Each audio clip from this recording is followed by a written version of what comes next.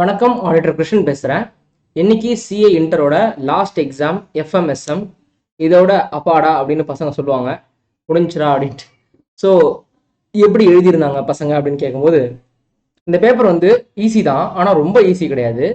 ஆனால் ஈஸி தான் இந்த பேப்பரு. கண்டிப்பாக எக்ஸாம்ஷன் ஸ்கோர் பண்ணுறதுக்கு நிறைய வாய்ப்புகள் இருந்திருக்கு. ஆனால் கண்டிப்பாக நிறைய பேரால் ஃபுல் மார்க்ஸ் அட்டன் பண்ணியிருக்க முடியாது. 90 to 95 மார்க்ஸ் தான் நிறைய பேரால் அட்டன் பண்ணியிருக்க முடியும். சில பேரால் ஒரு 85 to 87 மார்க்ஸ் தான் அட்டன் பண்ணியிருக்க முடியும்.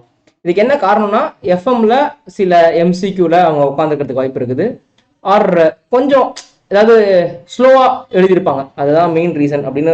ஏன்னா பசங்க சொன்னதை வச்சு பார்த்தா இதுதான் அவங்க ஃபீல் பண்றாங்க. எஸ்எம் பார்ட்டு எல்லாருமே நல்லா எழுதியிருக்கதா சொல்றாங்க, எம்சிக்யூ நல்லா எழுதியிருக்கதா சொல்றாங்க. ஸோ எம்சிக்யூல ஒரு 25 மார்க்ஸ் ஷோர் அப்படின்ற மாதிரி சொல்றாங்க. எஸ்எம் பொறுத்த வரைக்கும் நல்லா தான் எழுதியிருக்கோம். ஸோ எப்படியும் ஒரு 20லேருந்து 25 மார்க் அதில் வந்துடும் அப்படின்ற மாதிரி. ஸோ இதுலயே பார்த்தா பாஸ் ஆயிடலாம். ஸோ எஃப்எம்ல வர அந்த 35 மார்க்ல ஒரு 10லேருந்து 12 மார்க் ஷுவராக வந்துரும்ன்ற மாதிரியும், மீதி மார்க்ஸ் வந்துட்டு பார்க்கலாம். ஏன்னா கம்பல்சரி கொஸ்டின் ஈஸியாக இருந்திருக்குன்றாங்க. நிறைய பேர் 2-3 பேர்கிட்ட நான் வந்து பேசும்போது இந்த ஏதோ பட்ஜெட்ரி கண்ட்ரோல் விட்டு போயிட்டு தான் சொல்றாங்க, அது படிக்காம போயிட்டேன். ஆனால் கொஸ்டின் ஈஸியாக இருந்தது, ட்ரை பண்ணியிருக்கேன்ற மாதிரி சொல்றாங்க. அப்புறம் ஒரு 8 மார்க் கொஸ்டின் ஏதோ டிஃபிகல்ட்டாக அந்த மாதிரி சொல்றாங்க.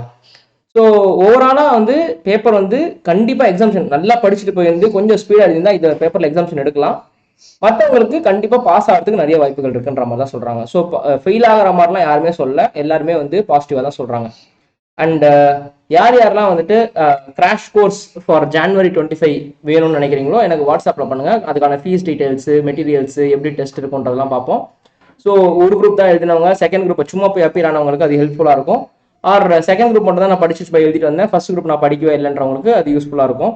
ஆனால் ஒரு தடவை படிச்சிருந்தா கிராஷ் கோர்ஸ் 3 monthsக்குள்ள நீங்கள் படிச்சுட்டு எழுத போகிறது. கிராஷ் கோர்ஸ்ன்றது ஒன்றும் இல்லை, ஃபுல் ரெகுலர் கோர்ஸ் தான். அதை வந்து இந்த 3 monthsக்கான வேலிடிட்டி பீரியட்ல கொடுக்குறது தான் கிராஷ் கோர்ஸ். அதில் வந்து நம்பர் ஆஃப் ஹவர்ஸ் கம்மியாகவும் உங்களுக்கு சில டாபிக்ஸை விட்டோ சும்மா ஜஸ்ட் ரிவிஷன் மாதிரியும் அப்படி கிடையாது.